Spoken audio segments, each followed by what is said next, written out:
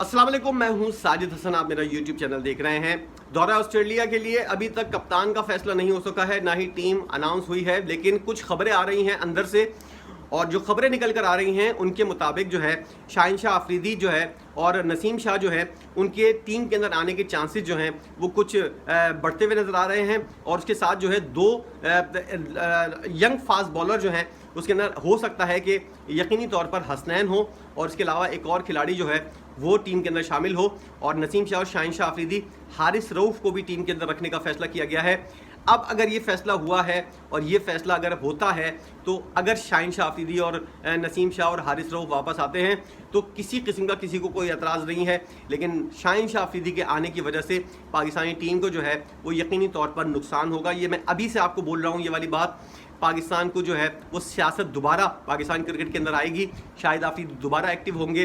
शाहिन शाह अफरीदी जिस तरह की हरकतें करते हुए आए थे, बाबर आजम की वापसी का क्या सीन है ये भी अभी तक कुछ नहीं पता चला। आकिब जावेद इस बारे में क्या फैसला करेंगे, लेकिन नया स्क्वाड जो है, यंग खिलाड़ियों का स्क्वाड जो है वो तश्कील देने के बारे में आकिब जावेद साहब इशारा कर चुके हैं कि नए खिलाड़ियों को मौका दिया जाएगा। उसके अंदर पुराने खिलाड़ियों को यानी कि तजर्बाकार खिलाड़ियों का कॉम्बिनेशन जो है वो बनाने की कोशिश की जाएगी। अब अगर ऐसा होता है तो खबरें जो आ रही हैं निकल कर वो ये है कि बाबर आजम और शाहिन शाह अफरीदी जो हैं उनमें से किसी एक का इंतखाब हो सकता है और दोनों का भी इंतखाब हो सकता है अगर दोनों जो हैं वो आकिब जावेद के मयार के ऊपर पूरा उतर सके।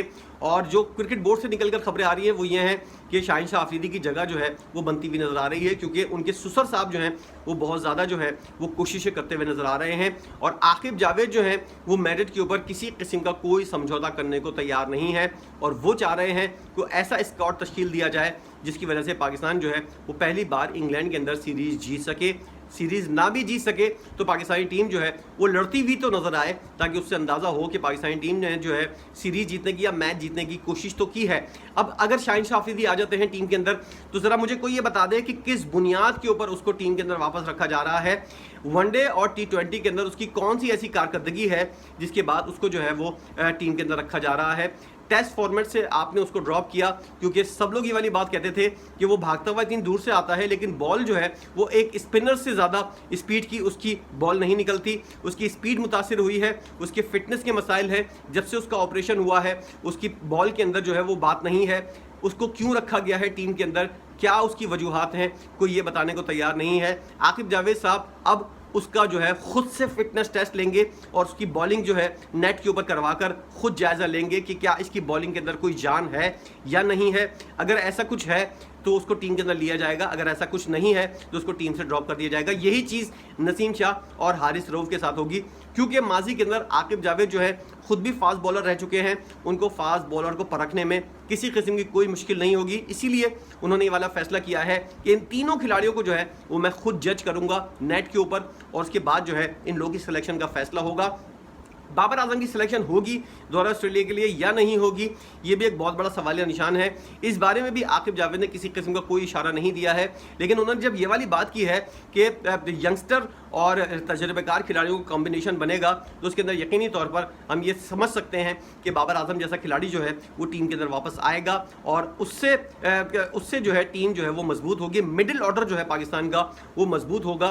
बेशक कामरान गुलाम को भी आप टीम के अंदर रखें, हुरैरा को भी शामिल करें, लेकिन पाकिस्तान का ऐसा स्क्वाड होना चाहिए जिसके अंदर मिडिल ऑर्डर जो है ख़ास तौर पर जो है वो मजबूत हो और उसके अंदर जो है वो तजर्बेकार खिलाड़ी मौजूद हों जो अपनी बका के लिए खेले। अब ये इम्तिहान है शाहिन शाह अफरीदी और बाबर आजम दोनों के लिए।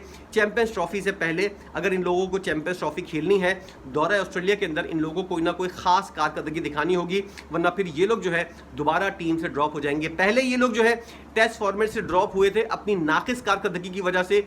अब इन लोगों का इम्तिहान है T20 और वनडे के अंदर।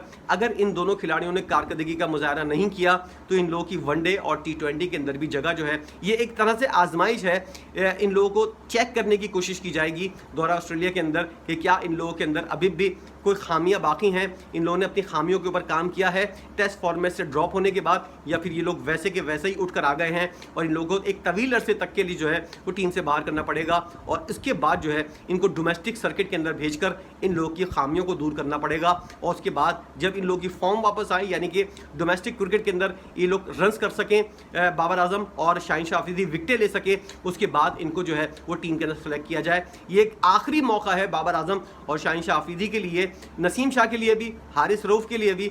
मुतवातिर तौर पर ये दोनों खिलाड़ी तो विकेटें ले रहे हैं, लेकिन शाहीन शाह अफरीदी और बाबर आजम की कारकर्दगी इन दोनों से ज़रा मुख्तलिफ है, इसलिए इन दोनों खिलाड़ियों को जो है खास तौर पर जज किया जाएगा अगर इन लोगों को सेलेक्ट कर लिया जाता है।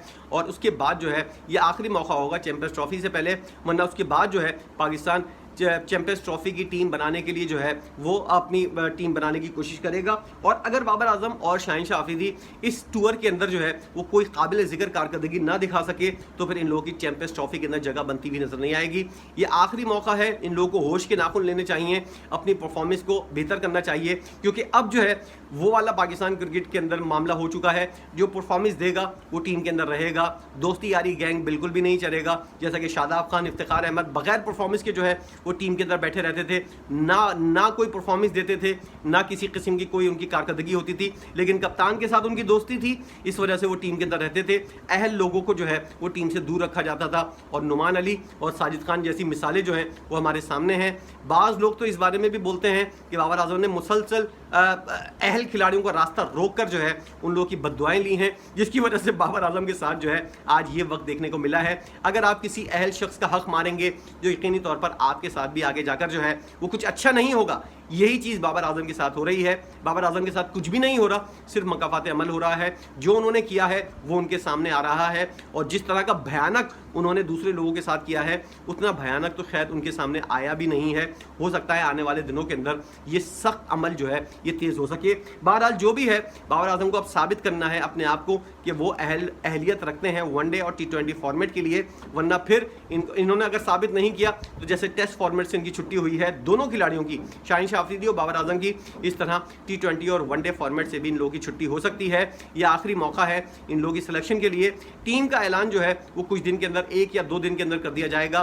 उसके बाद हम देखेंगे कि कौन कौन से बड़े सरप्राइज जो हैं वो टीम के अंदर शामिल हो सकते हैं। अभी किसी को कुछ भी नहीं पता कि कौन कौन सा खिलाड़ी, कुछ खिलाड़ी हैं जो हम कह सकते हैं, रिजवान हुआ और फ़खर जमान के बारे में अभी भी क्वेश्चन मार्क लगा हुआ है कि वो टीम के अंदर नहीं है, उसके बारे में गौर नहीं किया जा रहा। लेकिन आकिब जावेद जैसा बंदा अगर बैठा हुआ है तो वो किसी भी तरह जो है वो अहल शख्स को, अगर फ़खर जमान अहल है तो फिर उसकी टीम के अंदर जगह वो बनाता हुआ नजर आएगा।